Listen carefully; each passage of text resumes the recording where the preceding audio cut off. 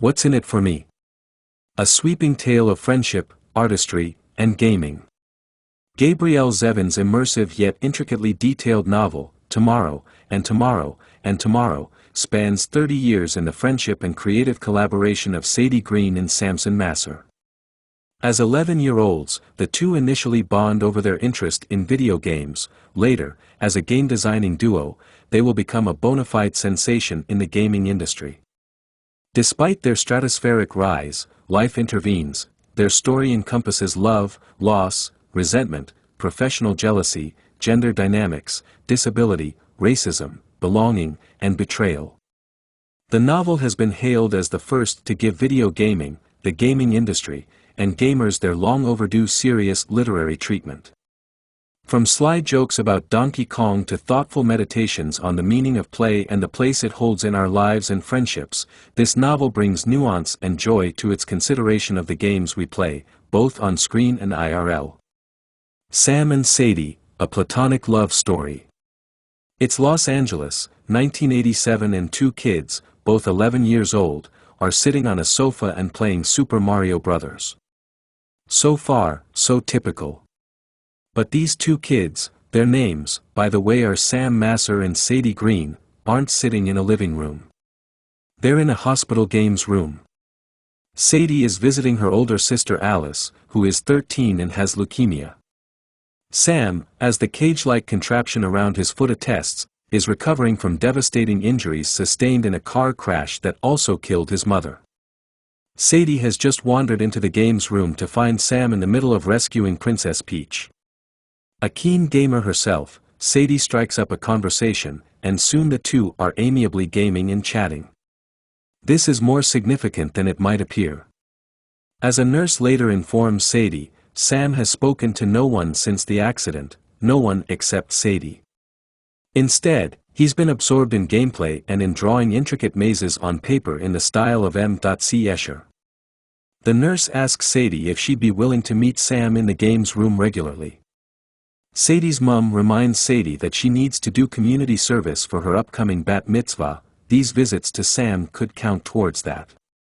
Sadie and Sam spend nearly a whole summer together, getting to know each other, crafting elaborate inside jokes and, always, gaming. But when Sam discovers Sadie has been using him as a community service project, even though Sadie has long since begun to consider Sam not only a friend but her best friend, he is furious. He stops speaking and the two fall out of touch. In their 20s, though, they bump into each other at a train station. Impulsively, Sadie presses a floppy disk into Sam's hands. It contains a prototype of a video game she has been working on. Sam, and his roommate Marks, play the game. In fact, they stay up all night playing it. By the time he has finished playing, Sam's mind is made up. He and Sadie Green need to be making video games together. The first game they make is called Ichigo. Here's the premise: a child, the child's gender is unstipulated in the game, is playing on a beach when a freak wave washes them out to sea. The aim of the game is to help the child, named Ichigo, navigate back to shore.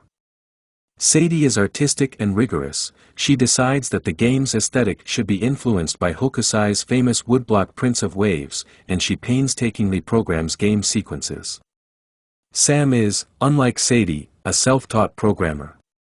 He's the first to say when something isn't working, and knows when to cut corners instead of pursuing an elusive perfectionism.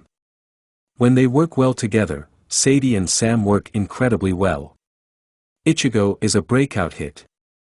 But Sam and Sadie don't always work well together. The novel courses their development as creative partners and co-founders of their studio, Unfair Games. They, and their studio, have creative and commercial successes. But there are rifts and creative differences, too. Sadie's work can become self-indulgent without Sam to rein it in. Sam pushes Sadie to make decisions based on profits and not on creative vision. Sam is more comfortable with public speaking than Sadie and soon becomes the public face of the studio, but Sadie worries this means Sam gets more credit for their successes, and Sam resents the amount of public-facing work he has to do. Through it all, Sam and Sadie deal with personal, as well as professional difficulties. Sadie struggles with bouts of depression, and grieves the loss of her partner. Sam never fully recovers from the car accident, his foot is painfully and permanently disabled, and he struggles to let others into his life. But despite their frequent fights and protracted disagreements, Sadie and Sam have each other. Their friendship is fraught, and, at times, non-existent. But the pull to keep collaborating means they are always in each other's orbits. Sam and Sadie are friends, never lovers, and there's almost no hint of romantic tension between the two, an unusual, and refreshing, literary dynamic. By centering the story on this relationship, Zevin asks us to reframe our thinking about which relationships are central to our lives. An ongoing creative partnership, this book seems to suggest, can be just as meaningful, just as fulfilling, and just as dramatic as a romantic partnership. In fact, as Sadie tells Sam towards the end of the book, lovers are common, but true collaborators are rare. Multiple episodes in the book emphasize that, when Sam and Sadie collaborate, they are greater than the sum of their parts. For example, following a disagreement, they decide to design a game with two separate but connected storylines. Though they are nominally working together, the two are hardly on speaking terms, and each works with a separate team to complete their half of the game. The game is a flop, creatively and commercially. As much as they might disagree about their collaborative projects, as much as they might be frustrated with each other on a personal level, each brings out the best in each other and tempers the other's worst influences.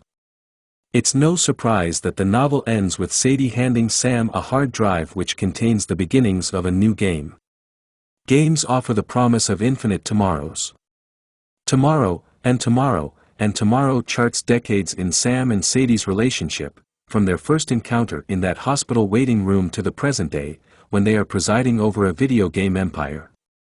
But the novel itself opens at a subway station in Boston. Sam is in his 20s, attending MIT. He is aware, through mutual acquaintances, that Sadie is also based in Boston, where she is attending Harvard. The two of them haven't spoken in years and, in these pre-social media days, have no way of getting in touch with each other. And yet, among the crowd that has gathered to stare at a billboard containing the latest novelty fad, a Magic Eye poster, Sam sees the back of a head he would recognize anywhere. It's Sadie's. It's telling that the novel opens with this chance encounter. And not simply because, once again, the duo have been brought together by a game of sorts. Chances, second chances, happy coincidences, and devastating accidents are all themes running through the novel. The title, Tomorrow and Tomorrow and Tomorrow, comes from a speech made by Macbeth in Shakespeare's play of the same name. Here, it hints at the infinite possibilities offered in the world of gaming, and the rather more finite and consequential chances we are offered in life. Luck plays a large role in the outcomes of the games Sadie and Sam play as children. Luck, good and bad, will impact the course of their real lives, too. It was chance, or luck, that led them to reconnect in the subway. It was chance that they met in a children's hospital in Los Angeles in the first place. While Sadie is a native Angelino, Sam was born and raised in New York. His mother hastily decamps to California, where her parents run a pizzeria in Los Angeles's Koreatown, after a woman falls from a skyscraper and lands at her and Sam's feet on a New York sidewalk. The woman survives long enough for Sam's mother to discover that the two women share a name. This uncomfortable coincidence prompts her move, and sets in motion the sequence of events that will bring Sam and Sadie together. The difference, of course, between video games and reality is that, in life, second chances are not a given. In the video games they play as pre-teens, Sadie and Sam simply reboot when they lose a life, sometimes, in order to uncover a secret level or access a new power in-game, they deliberately die over and over, until they've unlocked their objective. In real life, as they'll soon discover, there's no unending supply of second chances, and there's no way to reboot and get a do-over. In many ways, Tomorrow, and Tomorrow, and Tomorrow is a story of the chances Sadie and Sam take, the chances they don't take, the second chances they are sometimes offered, and the consequences of all of these. Exploring identity through the lens of gaming. Tomorrow, and Tomorrow, and Tomorrow explores multiple issues around identity politics, trauma, ableism, and misogyny all through the lens of gaming. In doing so, the novel portrays video games, once thought of as frivolous fun, as legitimate avenues for exploring and working through serious issues. It also depicts the fraught role these same issues play in the gaming industry. The car accident Sam is involved in as an 11-year-old boy leaves him permanently disabled and frequently in pain. The games he plays in the hospital waiting room don't simply offer him an escape from his reality. They're also a medium through which he can begin to work through his trauma and, especially when he is playing them with Sadie, begin to connect with the outside world again. Later, when Sam is designing video games, he will especially relish creating sequences where characters perform dazzling physical feats. He feels they offer him an escape from his own unreliable body. In both sides, a game he develops with Sadie, Sam insists on making the protagonist Alice Mott disabled. Sadie, meanwhile, as a female game designer in a largely male industry, must contend with consistent misogyny, sometimes subtle, sometimes overt, and nearly always present. One example of this is her relationship with her older male tutor in game design at Harvard. She is one of only 2 women in the large class. Her tutor, Dov, is older, more sexually experienced, and well established in the field of gaming, a field which Sadie is still trying to crack. The power dynamic is tipped in his favor from the outset. Yet it is Sadie who will pay a larger professional price for this short-lived and ultimately unsatisfying romance, years after she has made a name for herself as one of the most accomplished game developers, female or male, of her generation. Rumors and gossip will persist about how she purportedly leveraged her relationship with Dov for professional success. Together, Sam and Sadie often strive to create games that are inclusive and diverse. Notably, they develop an MMORPG, a massive multiplayer online role-playing game, where players adopt virtual identities and can interact with each other in-game, named Mapletown, whose politics often contrast with the USA's real-world politics at the time. In Mapletown, for instance, same-sex marriages are legally recognized long before they achieve that same recognition outside the game. And Ichigo, the genderless character with the pronouns they/them, who is the protagonist of their first game, is a groundbreaking early instance of non-binary representation in video games. Yet, decades after Ichigo's first release, Sadie wonders aloud whether the game would have garnered such a positive reception, or been greenlit at all, in the current climate. She points out that neither she nor Sam are non-binary or Japanese. She recognizes the need for authentic representation in gaming, as elsewhere, but questions whether the current cultural climate limits creative experimentation and risk-taking. Sam, too, addresses this topic in an interview with a gaming magazine. Musing on cultural appropriation, he points out the alternative to appropriation is a world where creators can only draw on their own cultures. As he points out, he is half Korean, half Jewish, with no particularly strong sense of belonging to either culture. What room does this approach to creativity have for a person like him? How, and to what degree, identity politics should play into creativity is, within the book, a question that is both vital and unresolved. What is never in question is the power that games have to build inclusive, diverse, and meaningful spaces for players of all backgrounds. Video games get the literary treatment. In Tomorrow, and Tomorrow, and Tomorrow, play is serious business. Zevin sets out to portray game design as a serious art form, and succeeds. In particular, through charting the highs and lows of Sam and Sadie's friendship, Zevin also gives the reader a crash course on the history of and principles behind contemporary game design. While Sam and Sadie, and their staff at Unfair Games, create a number of games that reach cult classic status in the world of the novel, the text is also littered with references to other classic games.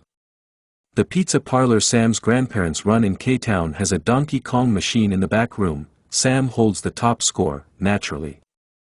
And after he and Sadie meet in the hospital, they don't simply bond over the admittedly iconic Mario Brothers gaming franchise. Sadie rhapsodizes over her favorite game, Oregon Trail, a lo-fi game where players are cast as members of a wagon train trying to make the treacherous journey from Missouri to Oregon. While Zevin isn't afraid to name-drop big video games in text, the novel's interests skew towards niche, alternative games. The games Sadie designs as a Harvard student certainly show limited commercial potential. 1. Emily Blaster is a first-person shooter, with a twist. Instead of shooting assailants, the player aims at couplets of poetry as they run across the screen, with the aim of recreating stanzas originally written by the poet Emily Dickinson. Another, Solution, is a nod to the classic game trained by iconoclastic game designer Brenda Romero, and it questions the very ethics of gameplay. In Solution, the player assembles equipment in a factory. The faster they play, the more points they score. They are given the option to ask questions about what the factory is producing. Stopping to ask questions will, however, slow their output. The catch? If the player chooses to ask questions, they will soon comprehend that the factory is owned by Nazis in the Third Reich, and the equipment they are producing will be used building transportation routes to concentration camps. Later, Unfair Games will embrace contemporaneous trends in game design, notably through their launch of the MMORPG Mapletown, but at heart the studio, like its founders, is devoted to artistic indie games. Sam and Sadie may disagree on many things, but they share a fundamental understanding that gaming and play are intimate, meaningful, and challenging ways of connecting with other players and with the world. And it is gaming, and collaborating on new games, that keeps the pair connected at a deeper level, even while superficial arguments can blow their friendship temporarily off course. After all, as Zevin notes, to allow yourself to play with another person is no small risk. To play requires trust and love. As children, Sam and Sadie were keen friends, then bitter enemies. But a chance encounter on a Boston subway leads them to reconnect over their love of gaming and embark on a glittering career as a video game designing duo. They will grapple with disability, racism, and misogyny, fall in love, and grieve terrible losses.